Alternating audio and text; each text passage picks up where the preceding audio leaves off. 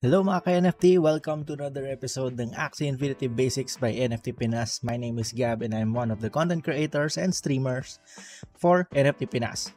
Anyway, our topic for today is actually more of the game user interface or kung ano yung makikita nyo sa loob ng Axie Infinity application. We will just run through everything na makikita nyo dito sa game and let's start. So syempre, ang pinakauna nyo makikita once na in-open up nyo ang Axie Infinity application is yung home screen. So as you can see, nilabelan ko na from 1 to 12 ang ating mga elements or mga buttons and tabs na pwede nyo buksan dito sa Axie Infinity application. So unang-una pa lang, ang makikita nyo dito is yung inyong account name dito sa upper left corner, and sa baba nun, nandun yung energy counter natin wherein you can check kung gaano karaming energy ang meron ka pa within the day, and every 24 hours nagre-replenish yung 20 energy. So in the previous version ng Axie Infinity, every 5 hours nagkakaroon ka ng additional 5 energy. Pero ngayon sa new version, sa latest update, every 24 hours nagre-replenish yung 20 energy. Hindi na siya nagdadagdag ng additional 5 every 5 hours unlike before. So the third one is the quest tab. So later i-discuss natin kung ano yung laman yan later on, and the other tabs as well. Next is yung Axies Tab, the Teams tab, the Inventory tab, and the Adventure and the Arena modes, and then the Leaderboards, Battle Log, Friends List, and Settings. Ito yung parang legend ng mga numbers dun sa picture kanina. So just a quick lang, if you want to pause and then rewind dun sa picture. So sa quest tab, dito mo makikita yung mga pending quests or tasks mo when playing the game. So currently, ang meron pa lang tayo is the daily quest, pero in the future updates, magkakaroon tayo ng weekly quests and special events that will definitely have different kinds of rewards. So when you complete all the daily quests na nakalagay sa baba, magkakaroon ka dito ng 50 SLP agad-agad. So you just have to check in daily.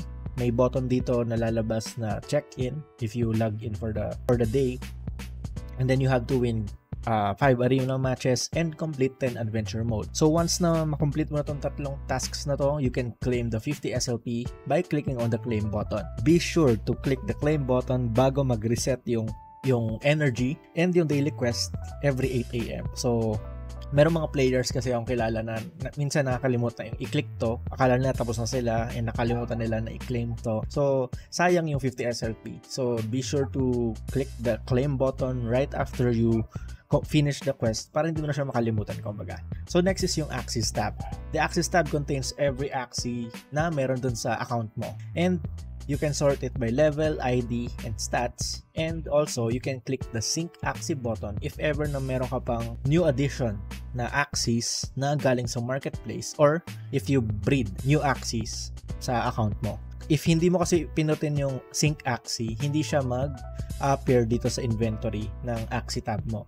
You can also view the details of each Axie by pressing the View Details button dito sa bottom part ng screen. If you click the View Details button, makikita mo yung details about your Axie. So you can see the level of the Axie, yung current experience points bar niya, kung gaano siya kalapit na mag-level up, and then you also have the stats, the parts, and the ability cards na meron yung Axie mo. So we've also discussed briefly kung ano yung different stats ng Axies dun sa previous videos and what all of these are. So be sure to check that video as well. We will link it in the description box below and a YouTube card above. So sa Teams tab, dito mo makikita yung team setup na meron ka with the Axies that you own. So pwede mo ma-configure dito yung team name, positioning, and the Axies that will be part of the team. You just have to click the new team button para mag-create ng new team. As you can see, you can enter the name of your team here. You can add the Axies that you want to be part of this team by clicking on the plus sign on this upper right side corner. And then sa baba naman, makikita mo yung positioning na pwede mong paglagyan ng Axies mo during the battles. Mahalaga tong part ng positioning kasi this affects kung sino yung unang tatargetin ng mga enemy monsters or mga kalaban mong Axies sa arena.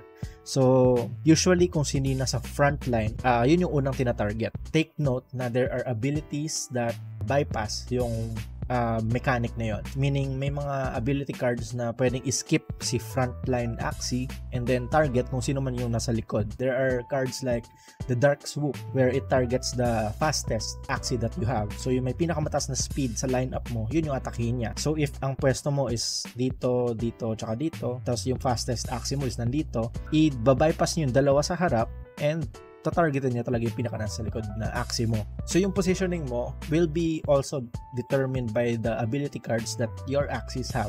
So, meron kasing mga abilities that require a certain Axie to be positioned in either the back side or basta may Axie sa harap niya or adjacent or meaning katabi, yung pa-diagonal na ganyan para mag-activate yung skill na yun. So, there are healing ability cards from the plant Axies na I believe it's heal the Axie in front of you for X amount.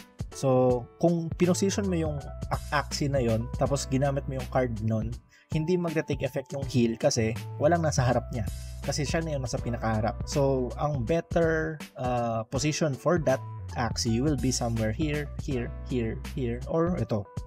So, kung sino man yung nasa harap niya, yun yung i-heal niya. Be mindful of that and be very familiar with the abilities that your Axies have para yung positioning mo will be adjusted efficiently. So, sa inventory tab, dito mo makikita yung SLP na na-gain mo. So, currently, yun pa lang kasi yung nadi-display dito sa inventory tab. But, on the future updates, I'm sure magkakaroon ng new items available for storage dito sa inventory tab kasi once na mag-launch yung land gameplay ng Axie Infinity, so you can actually mine different kinds of items that will be useful in the future. So, masa-store sila dito sa inventory for sure. So, next yung adventure tab. Of course, you know na dito kayo makaka-earn ng 100 SLP every day. And this is where you get to select kung saang ruin ka mag-farm, saan ruin ka magpapa-level up ng Axies mo. Sa upper left side, dito makikita yung energy counter and the timer. Sa baba naman, yung map of the different ruin levels that you can play. Nandito rin sa lower left side yung SLP quota, which is the 100 SLP cap na pwede mo makuha everyday. Sa baba nun, nandyan yung ruin level kung saan currently nakaselect yung ruin level and yung monsters na pwede mo ma-encounter which is 9 in this Lunasha Ruin 16 plus the monsters that you will encounter within that ruin plus the rewards. So sa lower right side naman, nandito yung Axies na nakaselect currently dun sa Teams tab mo. So, if you decide na hindi ito yung gagamitin mong lineup for farming SLP, so you can access the Teams tab here and rearrange the teams, make new team for SLP farming, or select an existing Axie team just for SLP farming. So, and then the start button, of course, dito mo makikita. And then, kung mapapansin nyo, may mga stars sa ruin levels. So, yan yung, kumbaga, kapag isang Axie lang natira sa'yo, 1 star yung makukuha mo for that map.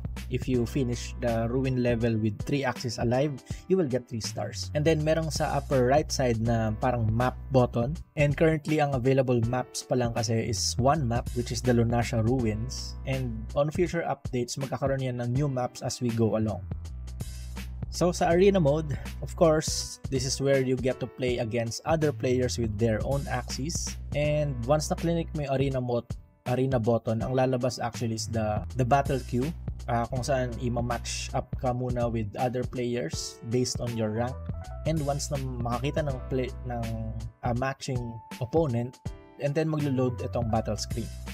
This is where you gain your rank and MMR as well as win SLP per battle win. So, of course, kailangan mo ng energy para ma-claim yung SLP win na yon. So, if wala kang energy, you can still play arena mode. Yun nga lang, MMR lang yung tataas or bababa sa'yo, depende kung manalo or matalo ka. And you have to know then na kung ano yung currently selected team sa Teams tab mo, yun yung magagamit na lineup sa arena battles. So, sa leaderboards, of course, this is where you can see who are the top players ng Axie Infinity currently based on the ranking system, which is yung MMR. And just so you know, merong rewards ang mga top players from top 1 to 500. May specific bracketing sila. And they get AXS tokens as a reward when the season ends. So, nakita ko yung parang bracket for season 17, and the AXS tokens that are given out were in the thousands. So it's a big deal kasi imagine if they converted that to peso right now na nasa 2,000 pesos plus per token, per AXS token. Laki yun. Parang nasa 500,000 to 1 million plus yung pesos yung pwede lang makuha from this. But again, you have to compete against the other players all over the world to get higher in the ranks, and kailangan mo ng magandang set of Axies to do that. So dito mo rin ma-check kung ano yung current MMR mo and ranking sa buong mundo. So the battle logs shows your previous arena matches. You can also add the players if you want to add them to your friends list using the add friends button here. And ang maganda dito is you get to watch the battle again. So this also acts as the replay system ng mga battles mo sa arena. So this is a very good tool to use if you want to learn more strategies, different kinds of builds ng Axies, yung mga abilities na meron sila, kung paano nila ginamit, kung ano yung current meta na makikita nyo in different builds of Axies, and then how you can also counter those specific moves or abilities. Kasi syempre, hindi mo naman alam lahat ng abilities right off the bat if you're a starting player. And of course, through experience, malalaman mo din naman kung ano yung mga different abilities na meron yung mga Axies na naglalaro sa rank. Mapapractice mo dito or malalaman mo dito kung ano yung mga mistakes na nagawa mo during the battles. So sa friends list naman, of course, dito mo makikita yung mga friends that you have previously added or they have added you using their Ronin address. And ang maganda dito, you can actually get to play against them if you add them in your friends list. So maganda to kasi you can test battle every now and then, parang one-on-one kayo, ganyan, to practice, to learn the basics, to learn the mechanics of the game, or kumbaga ano lang, maglaro lang kayo just cause. Kumbaga trip nyo lang maglaban ng one-on-one, ganyan. Makikita mo rin kung online or offline sila. So that's basically what the friends list is for. So lastly, of course, yung settings. So this is where you tweak the game sounds, graphic quality, and more. Dito mo rin makikita kung ano yung terms of use ng Axie Infinity, yung mga rules nila, and whatnot. Yung mobile version ng app ay wala yung resolution, full screen, and mobile modes options nila. Ang mayroon lang doon is yung graphic quality, music, and SFX. So yun lang makikita mo if naka-mobile version ka. So ito kasing screenshot na to is taken from the PC version. So yun yung ginamit naming example for this. That is it for this video. I hope you guys learned something from this and naging useful siya sa inyo as players of Axie Infinity.